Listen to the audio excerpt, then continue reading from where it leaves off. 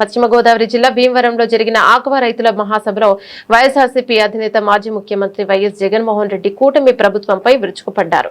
సభ ప్రారంభానికి ముందు పరమపదించిన కాపు ఉద్యమ విలక్షణ నాయకుడు ముద్రగడ పద్మనాభం గారి చిత్రపటానికి వైఎస్ జగన్ పూలమాల వేసి ఘన నివాళులను అర్పించారు. అనంతరం ఆక్వా రైతులను ఉద్దేశించి మాట్లాడుతూ రాష్ట్రంలో చంద్రబాబు సిండికేట్ రాష్ట్రాన్ని నడిపిస్తోందని, ఆక్వా రంగాన్ని పూర్తిగా కుప్పకూల్చేస్తోందని సంచలన ఆరోపణలు చేశారు.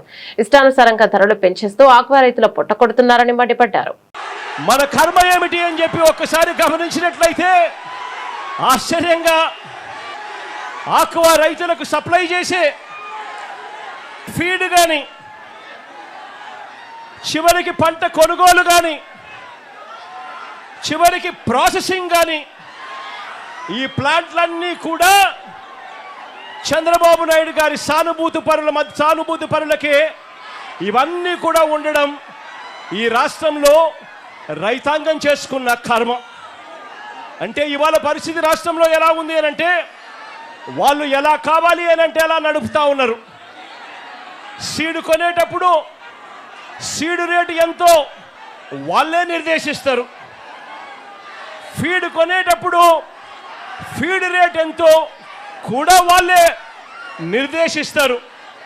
చివరికి ఆక్వా రైతన్న లక్షల రూపాయలు ఖర్చు చేసి సాగు చేస్తే తీరా రొయ్యలు, ఆ చేపలు పంట పండి చేతికొచ్చేసరికి మొత్తం సిండికేట్గా ఏర్పడతా ఉన్నారు.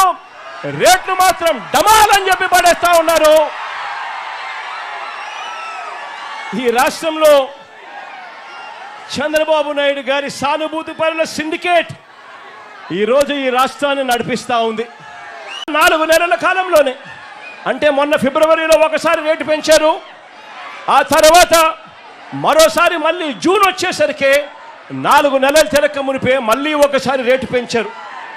ఏకంగా కేజీకి 14 రూపాయల నుంచి 16 రూపాయలు ఫీడ్ రేట్లు ఎడా పెంచుకుంటూ పోయారు.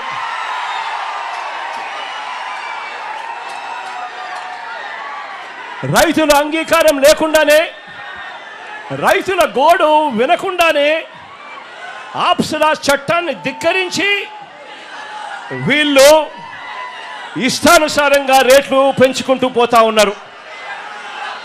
ఆశ్చర్యం ఏమిటి అనంటే, ఒకవైపున రేటు చూస్తే 4 నెలలు తిరక్క మునిపే ఏకంగా కేజీకి 14 రూపాయల నుంచి 16 రూపాయలు ఆక్వా రేట్లు, ఫీడ్ రేట్లు పెంచారు.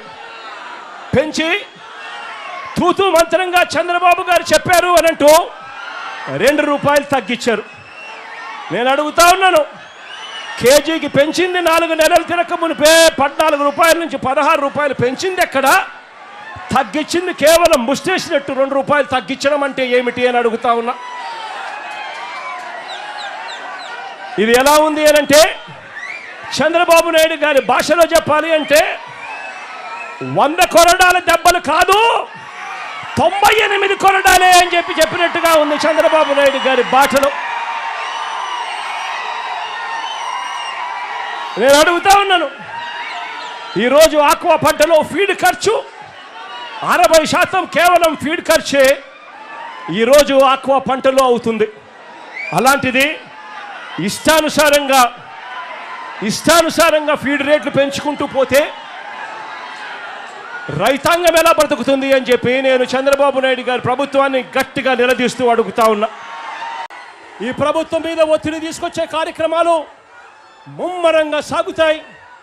వైఎస్ఆర్సీపీ ప్రభుత్వం ఆక్వా రైతులకు, రైతాంగానికి, అన్ని పంటలు కోల్పోయి ఉన్న ఈ రాష్ట్రంలో రైతాంగానికి ప్రతి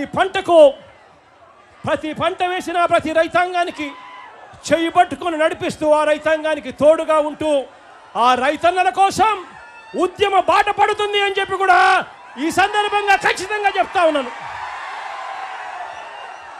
నా పక్కనే పొగాకు రైతులు కనిపిస్తా ఉన్నారు, పొగాకు చూపిస్తా ఉన్నారు. పరిస్థితి ఒక్కసారి చూస్తే వరుసగా 2 ఏళ్ళు పొగాకు పంటకు గిట్టుబాటు ధర రైతులకు రాక రైతు ఎక్కుతా ఉన్నారు. రోడ్ల మీద రైతులు కనిపిస్తా ఉన్నారు. కానీ ఈ ప్రభుత్వం పట్టించుకునే పరిస్థితి కనిపించదు. ఇలా ఒక్క పొగాకు రైతే కాదు, ఏ పంట చూసుకున్నా కూడా రైతన్నలకు గిట్టుబాటు ధర రాని పరిస్థితే కనిపిస్తుంది. ఆర్బీకేలు నిర్వీర్యమైపోయిన పరిస్థితులు కనిపిస్తాయి. ఉచిత పంటల బీమా లేకుండా పోయిన పరిస్థితులు కనిపిస్తాయి. సమయానికే ఇచ్చే ఇన్పుట్ సబ్సిడీ కనపడకుండా పోయిన పరిస్థితులే కనిపిస్తాయి.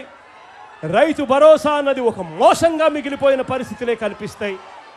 ఈరోజు ఇటువంటి బాధాకరమైన పరిస్థితిలో ఉన్న ప్రతి రైతన్నకు వైఎస్ఆర్ కాంగ్రెస్ పార్టీకి చెందిన ప్రతి కార్యకర్త తోడుగా ఉంటాడు అని చెప్పి ఈ సందర్భంగా మరొక్కసారి భరోసా ఇస్తూ మీ అందరి ప్రేమానురాగాలకు ఆప్యాయతలకు రెండు చేతులు జోడించి పేరున హృదయపూర్వకంగా కృతజ్ఞతలు తెలుపుకుంటూ సెలవు తీసుకుంటున్నాను.